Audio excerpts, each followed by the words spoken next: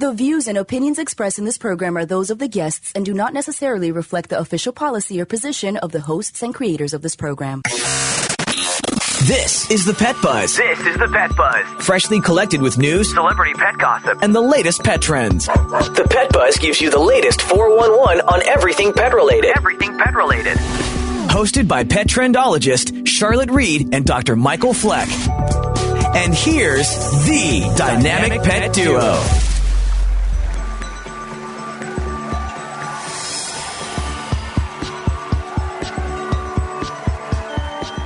Hey, you're listening to the Pet Buzz, the ultimate in pet talk radio. We welcome our listeners who tune in each week from around the world. For this episode, I am celebrating National Dog Day in our nation's capital. Check out my social media feed so you can see how Ty and I, that's my English toy spaniel Ty, how Ty and I are spending our special day. So let's talk about the show. On this dog's holiday, we're going to learn how to boost our pets' confidence with some dog training.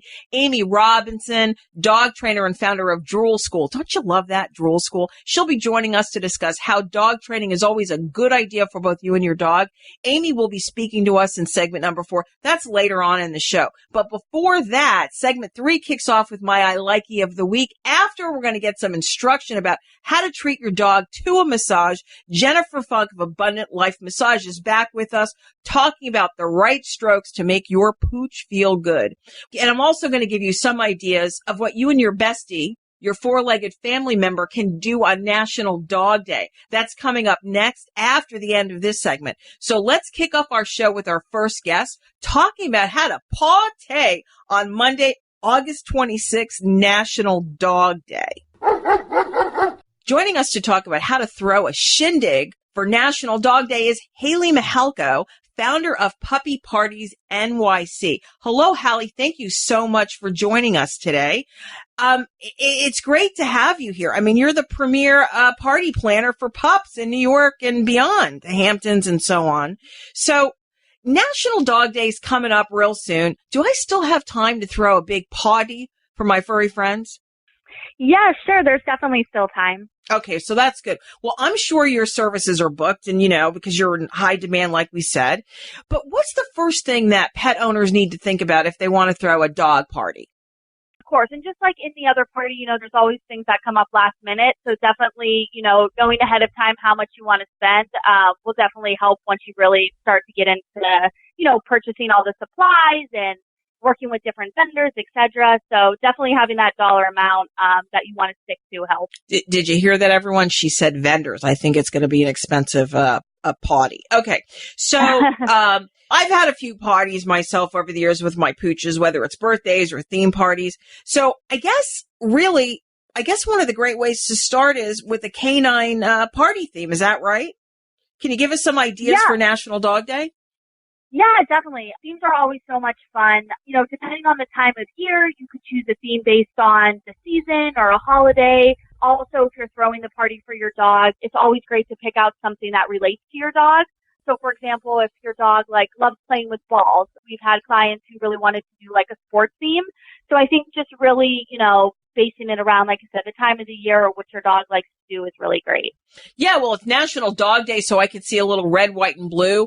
I am recording this from Washington, D.C., so I think if I were to do a dog party, it would have to be something patriotic since it's National Dog Day.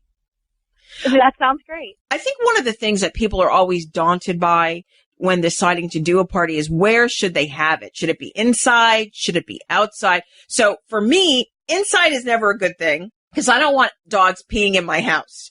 So even if there's a dedicated potty area, everything has to be outside. But then again, I don't want to clean up anything. So for me, I'd probably have it at a local dog training center or a place like that. What's your expert suggestion?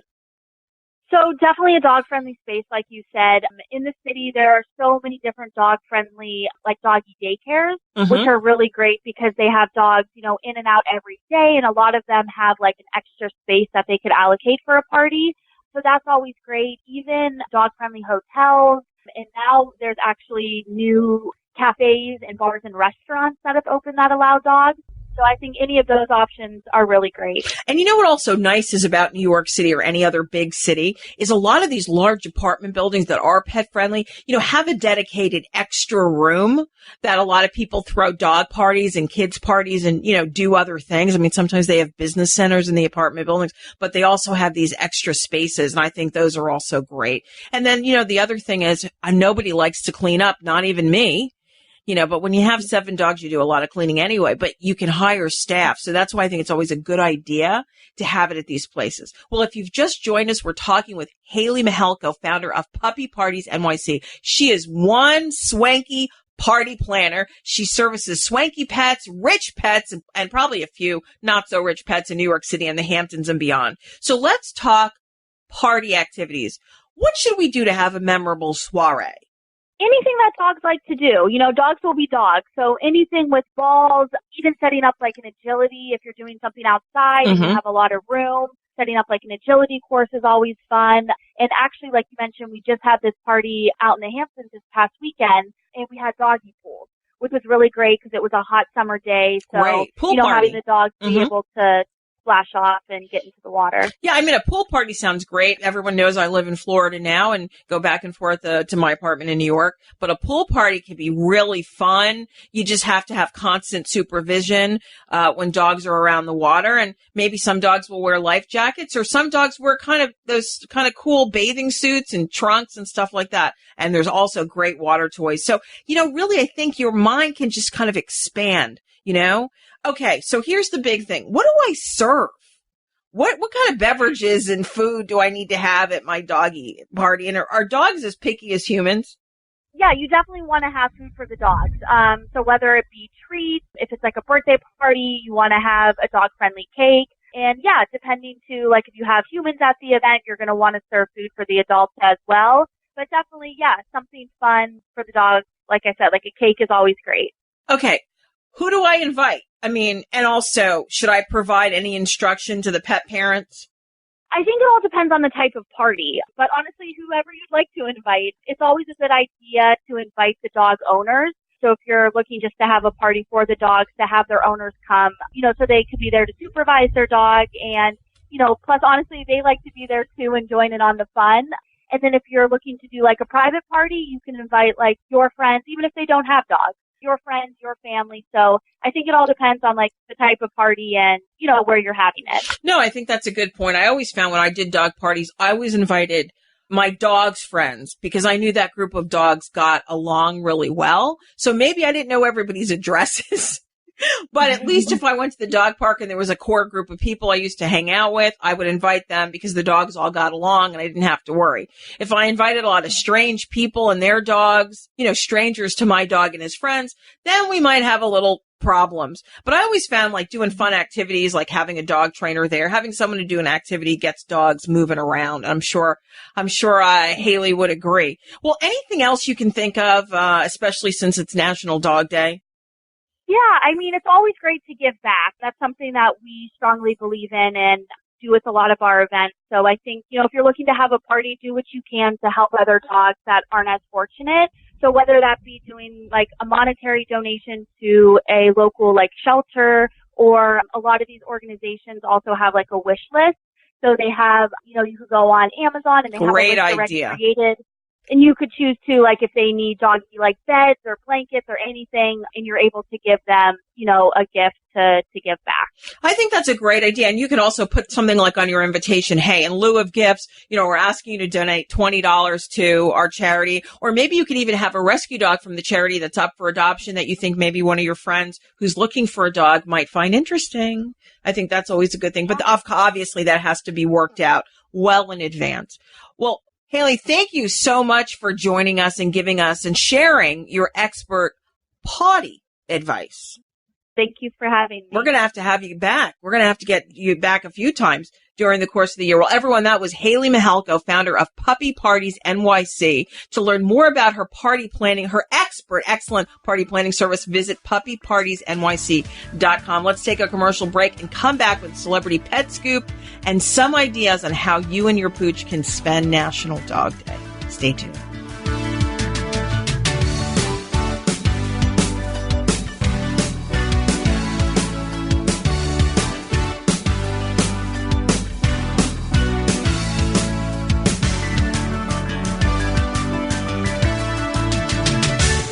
You are listening to The Pet Buzz with Petrendologist Charlotte Reed and veterinarian Dr. Michael Fleck. We would love to communicate with you via social media. Use the Pet Buzz social media channels on Twitter and Facebook to make a comment or ask a question. Post a picture of your pet on Instagram and tell us about his or her unique personality.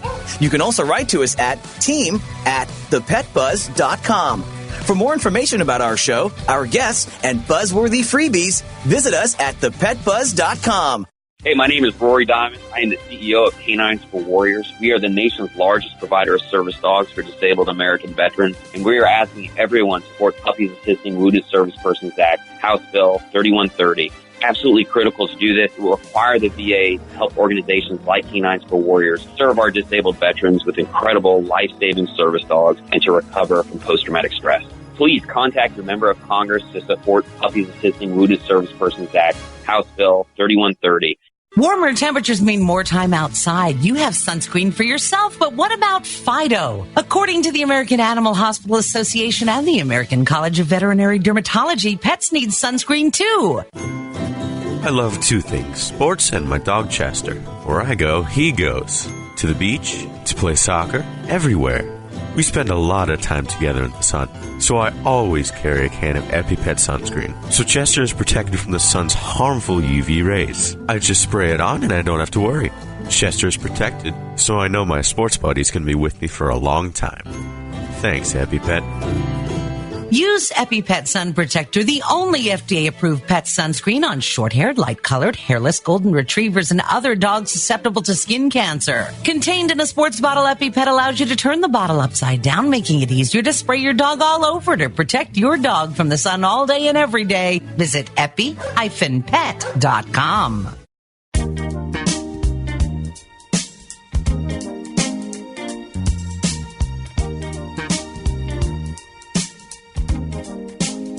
Thank you for joining us on the Pet Buzz this morning. I'm Petrendologist Charlotte Reed, and I'm reporting from Washington, D.C. I'm spending my doggy and me trip in our nation's capital, where I'm bringing you some Pet Buzz to get you and your pets through the week. You know, now is the time for one of my favorite parts of the show, is celebrity pet news. A good friend of mine told me she really liked this part of the show. She loves celebrities. She reads all those magazines, so she thinks it's kind of cool we have a celebrity pet news section.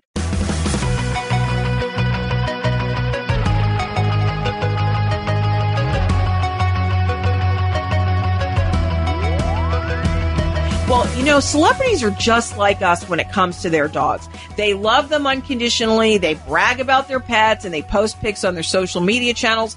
They even sign their pets up for Instagram, Twitter, and Facebook accounts. So on the holiday, August 26th, that's National Dog Day, make sure you party like a rock star and you post a picture of you and your dog with the hashtag National Dog Day. A lot of celebrities are going to be doing it.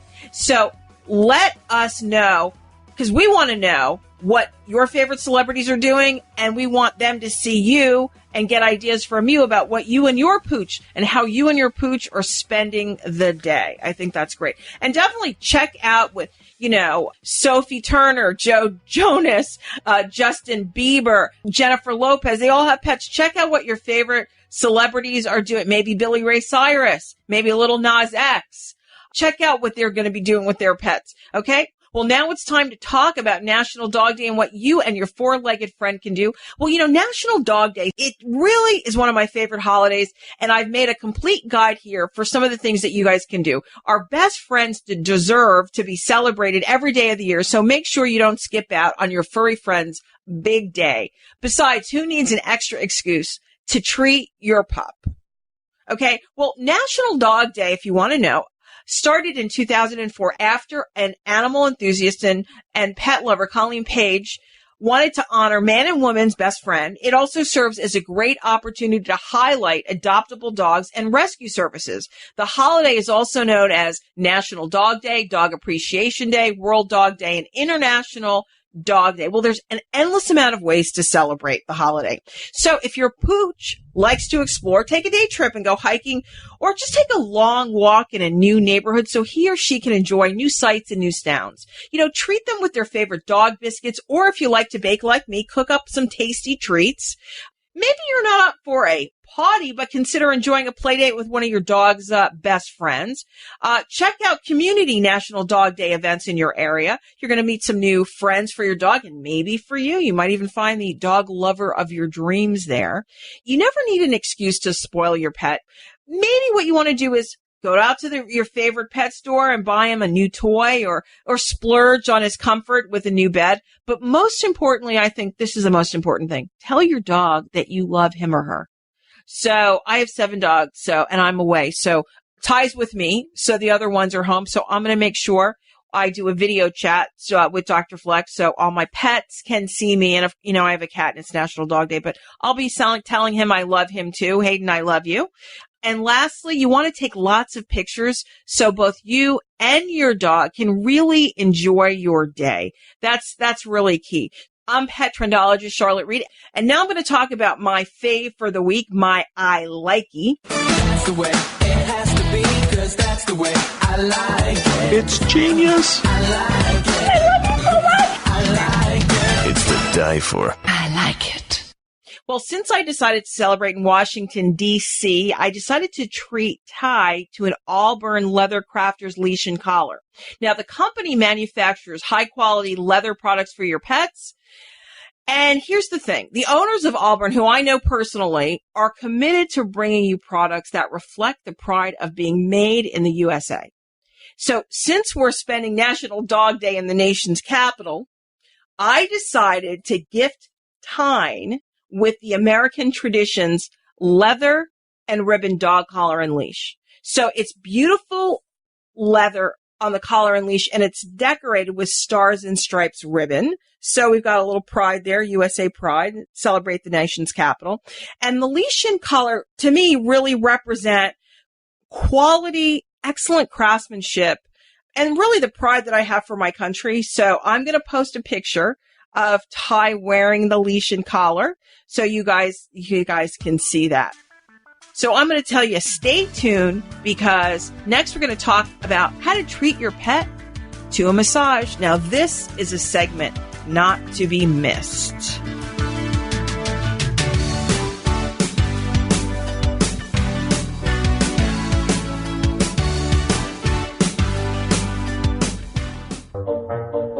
They call me Prince like I'm royalty or something.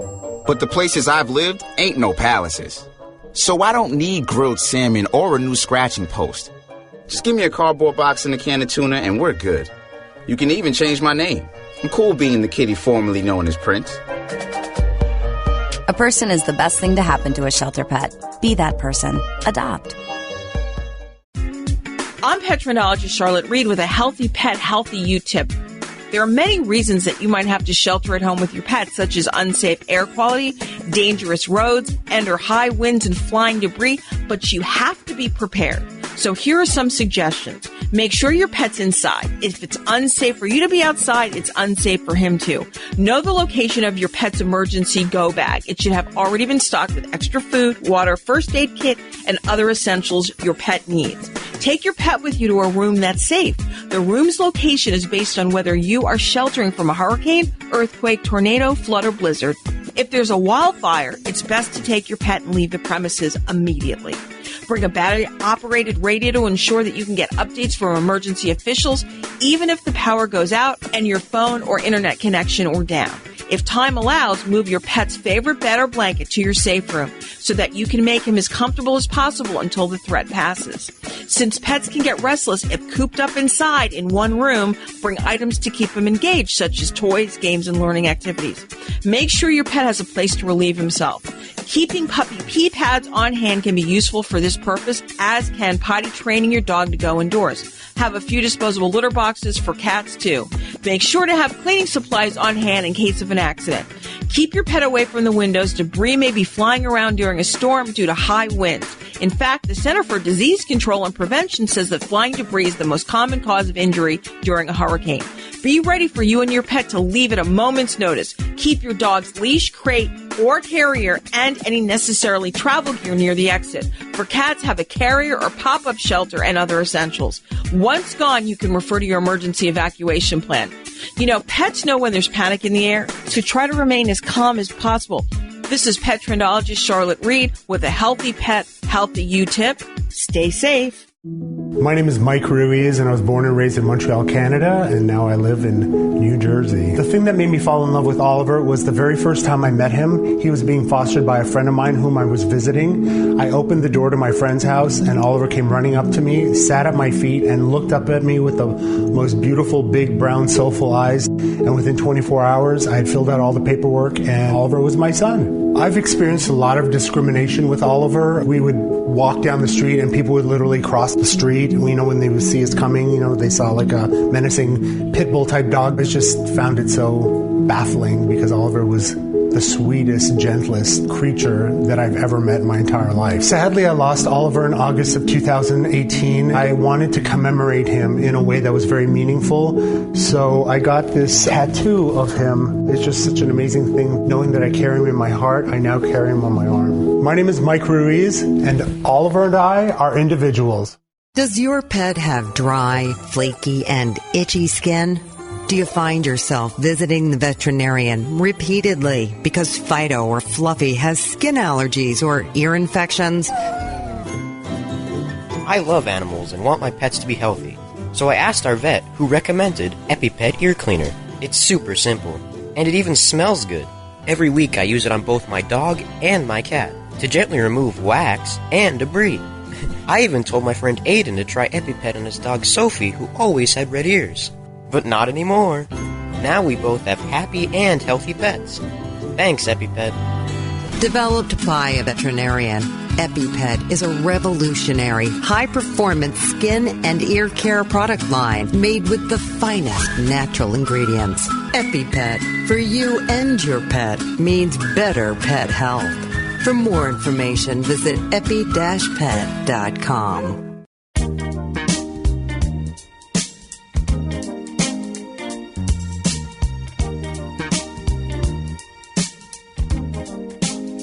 So welcome back. You're listening to The Pet Buzz, the best in pet talk radio. I'm Petrendologist Charlotte Reed. And now, Pet Buzz news from around the globe. Well, August 26th, as you know, is National Dog Day, but let's not forget about the millions of shelter dogs that deserve some pampering too. Sadly, most dogs enter shelters dirty and matted, and less than half get the grooming they need so their lovable, adoptable personalities can shine through. To spotlight the influence grooming can have on dog adoption, pet industry leaders Wall and GreaterGood.org teamed up to donate funds and grooming supplies to shelters nationwide. Hundreds of these amazing makeovers can be seen in the Dirty Dogs Before and After photo gallery. So check out dirtydogsgallery.com. If you want to help pets in need, donate money, shampoo, and other grooming products, as well as your bathing services, your time for your bathing service to help dogs get adopted. They need you. Well, we're going to move on a little bit with our next guest because I'm excited to have her. She's been on the show 2 or 3 times. So joining us today to discuss massage as a canine treat is Jennifer Funk of Abundance Life Massage. Well, Jen, thanks so much for being here. Welcome to the Pet Buzz. Oh, thank you, Charlotte, for having me. Well, Jen, you're a dog owner. How many dogs do you have? Well, I personally own 4 dogs myself. I have 2 Vizslas and a Pug Dachshund mix and an Italian Greyhound mix. So what are you guys doing for National Dog Day at your house? Well, we are going to start out with breakfast, probably not in bed because I have all 4 of them, and to have breakfast in bed, I would have to be in bed. Okay. But anyway, we'll spend the day playing, and they'll probably get some extra special treats. They may come in the office with me, but we're certainly going to have a celebration of it. Super. So why is canine massage such a great treat on this holiday or really any day? Well, dogs love massage just as much as we do. And a lot of times people ask, isn't massage just petting dogs? And I always ask them, have you had a massage? Because if you've had a massage, you know that it is more than just, gentle touch. There's actually it's very beneficial in so many ways. Especially, in Florida in the summertime, we have a lot of storms here. And if dogs are anxious with thunder, massage can help with that. And it can help if they have any injuries, if they're weekend warriors. So there are a lot of great reasons to give your pet a massage on National Pet Day or any other day. Awesome. Well, if you've just joined us, we're talking with masseuse and educator Jennifer Funk of Abundant Life Massage Education. She's providing us with tips on how to massage our dogs. So, Jen, why is it important to learn how to correctly massage our dogs? Well, just like humans, we have special areas that we need to have careful attention paid when we're getting a massage, and same thing with dogs. We don't want to massage them too deeply. Also, they look and are the same size as kind of little kids, and you would not do regular massage techniques that you would on an adult human on a dog. We need to be more gentle. Also need to be mindful of their anatomy, which is pretty different from ours. Mm-hmm. Wow. A lot of great information here. So are there any special strokes for pets? Well, a lot of people think, again, that massage is just petting when it's really touch with intention. And so when you are sitting watching a movie with your dog, a lot of times people are just running their hand down their back, petting them. But if you actually stop and think, okay, what am I feeling? Are there any differences in temperature where my hand is running along their back or sides? Is there any difference in texture where maybe the muscles feel tighter? How about tenderness? Does my dog look at me all of a sudden when I reach a particular spot on their body? Because that may be tender. So, I mean, there are a lot of ways that we can massage dogs, or at least do what we call palpate, which means that we're touching with intention. I like that, touching with intention. Okay, well, you kind of answered my next question. So I guess it doesn't make a difference where we massage them. It didn't have to be in a dark room with music like humans, right? Well, if you're doing a relaxation massage, dogs love to have a dark room with music. There are some excellent music CDs which you can download called Through a Dog's Ear, which is solo piano music, slower than 60 beats per minute. I used to teach band too, so I'm kind of fascinated with the whole, musical structure. But dogs absolutely love to have that soft, slow music, and you can light your candles. Just don't light any with essential oils because, as you know, their noses are much more sensitive. But for a relaxation massage, dogs, like I said, they love to have that environment as well, just as much as we do. Great. So, I mean, obviously, some of you might want to massage your dog on National Dog Day. Any other tips about when we should massage our dog? Should it be in the evening? Should it be in the afternoon, the morning? What do you think? Or any time is a good time? The main thing is you need to massage your dog when you have time to do it. And make sure that they've gone to the bathroom before you start. And same thing with you. Make sure that you're not going to be talking to anybody else during that time. Okay. Make sure that you're not hurried. So, yeah, these are all times when you can massage your dog, when you can just really fully spend the time with them and focus on them. Great. Well, Jen, thank you so much for stopping by the Hive studio to give us some buzz about canine massage. That was masseuse and educator Jennifer Funk of Abundant Life Massage Education discussing canine massage as a treat and a health benefit for our pets. To learn more about her and her doggy massage awesome business, visit abundancelifemassage.com. Don't go away. We'll be back with more buzz after the break.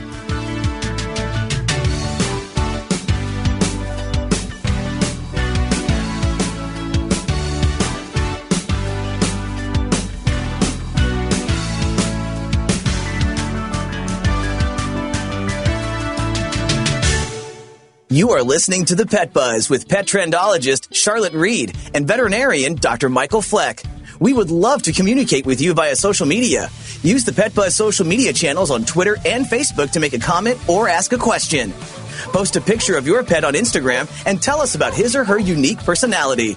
You can also write to us at team@thepetbuzz.com. For more information about our show, our guests, and buzzworthy freebies, visit us at thepetbuzz.com.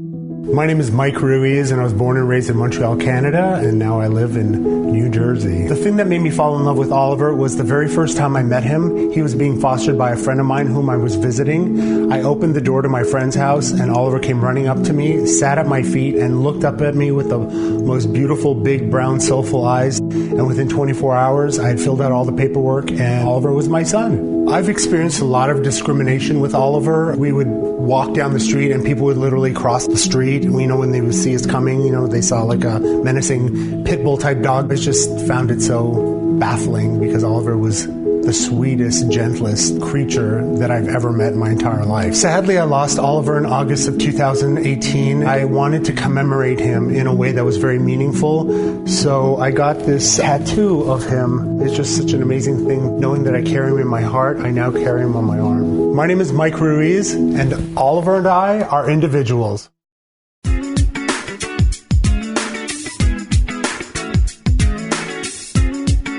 Hey, I'm Petrendologist Charlotte Reed, and research shows walking at least a half an hour every day can reduce a person's risk for heart disease and other serious illnesses. So regular walking is a great way to live a long and happy life. For most dogs, an hour of physical activity each day is necessary and will help them lead healthier lives free of disease. Walking a dog does not only have a physical benefit, there are plenty of psychological benefits for both the dog and the owner. There are so many smells, sights, and sounds in the outdoors that a dog is mentally stimulated every time he or she walks out the front door. Taking a dog on a walk will also help to solidify the strong bond between you and your animal. Give your dog some positive attention by doing what he or she loves. Take your dog out for a neighborhood walk today.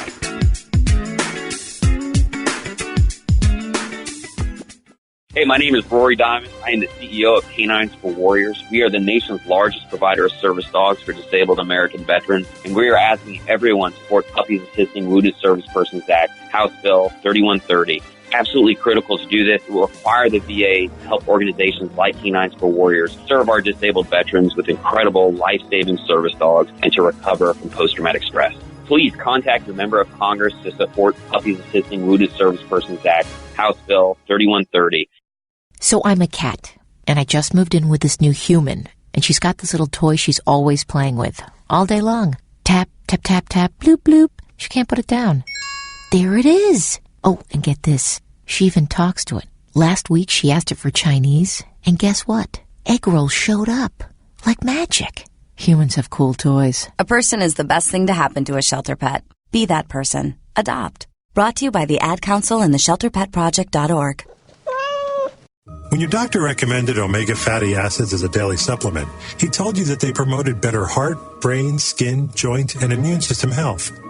Well, doesn't it make sense for your pet to have the same health benefits?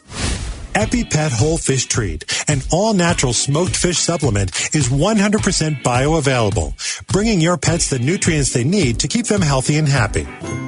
We first heard about EpiPet at our local rescue shelter where our family adopted Lucy, a 10-year-old yellow lab.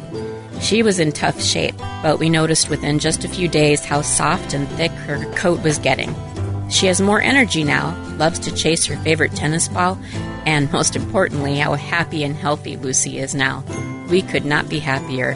Thanks, EpiPet. To order better pet health for your dog or cat, just visit epi-pet.com. That's epi-pet.com.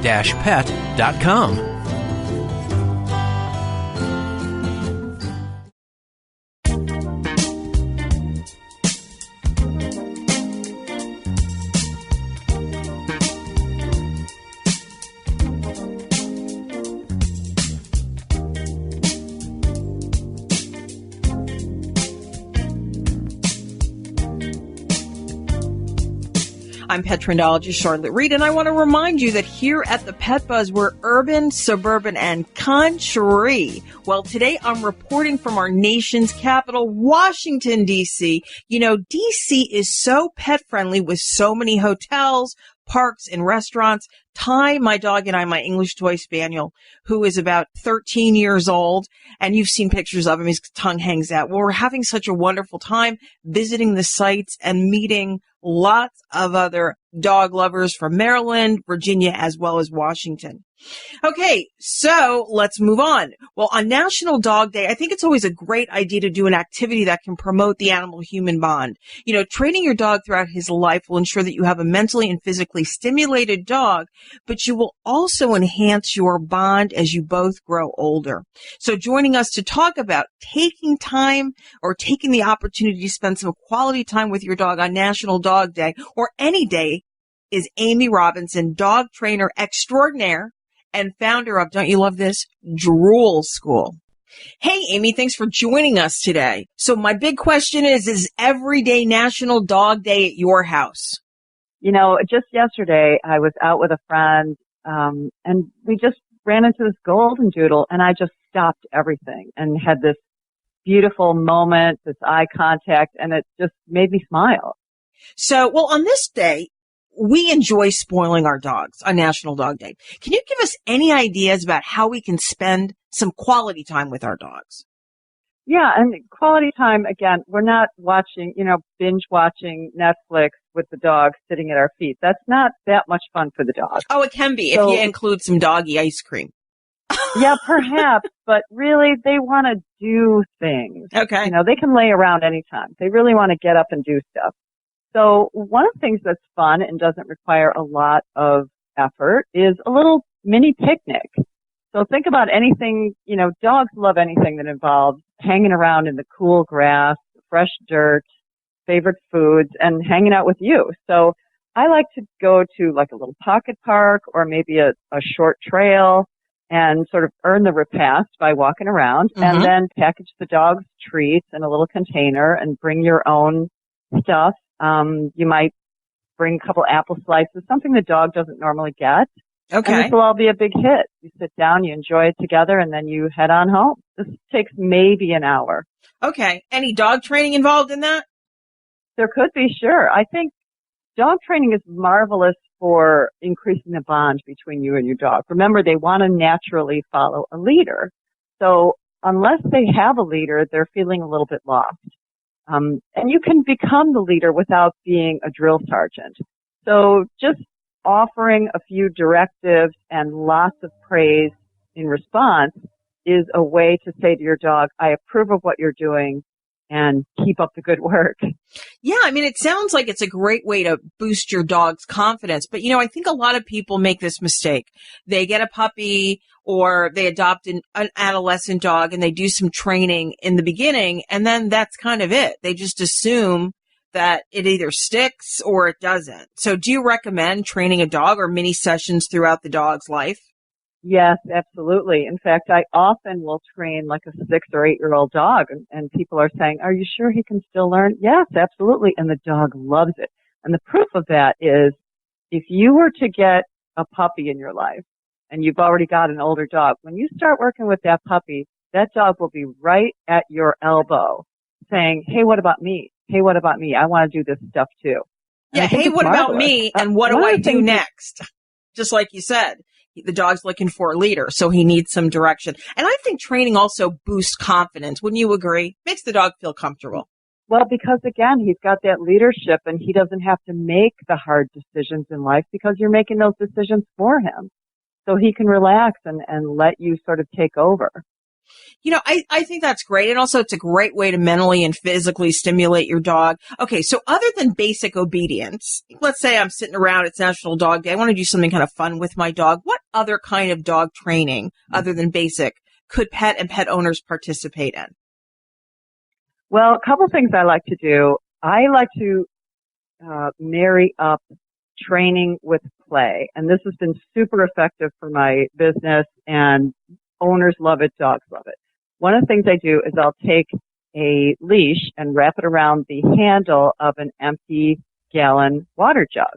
And then I'll have the dog stay, and I plop that thing on the ground in front of me, and I start to back up slowly away from him. And then I say, okay, and he comes flying after it, and then you're playing doggy tetherball as you swing that thing around your body, and he's leaping through the air trying to grab it with his mouth. It's a blast, but you're still incorporating a few easy commands. You can ask him to let go and start all over again. I'm going to have to see a picture of that.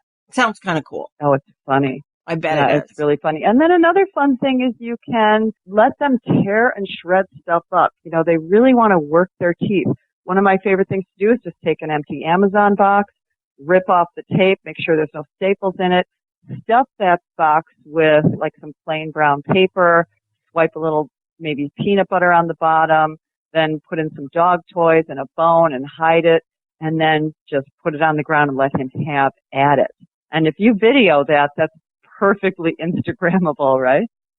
Okay, the box, no staples, no tape, some peanut butter. Oh, that can only be done in my kitchen. I can't have peanut butter all over the walls. I don't know about you guys, but I can see doing that. Oh, no, it would just be like a tiny swipe just to get him in there. Just to get him in there. And then he could rip up the paper. Okay, that sounds like a fun thing to do. I was also thinking about some trick training. I think dogs kind of like to do tricks. And, these days, like you said, everybody wants to do Instagram. They want to make their dog a social media star. So, if you teach them one or two tricks, you can photograph them or videotape them, put them up on Instagram. Or then even when your parents come over to visit you, right? You could show our friends, you could show off the trick. Yeah. And you know what I really like cute about your advice? It's things that dogs do naturally.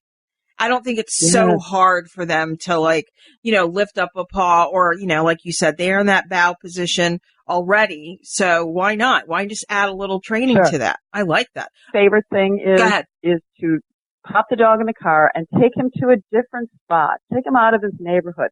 Go up to a little shopping area. Go to a pet superstore and just stroll around and let him, incorporate some commands if you want to, which is always good. But let him socialize and see some new stuff that's super stimulating for them. Don't let them get into a rut so deep that it's the same old every day.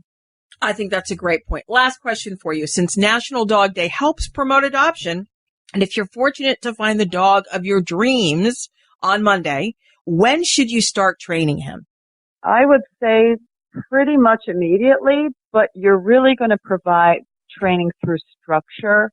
So a lot of people, when let's say they adopt a dog from a local shelter or rescue, they feel bad for him. They bring him home.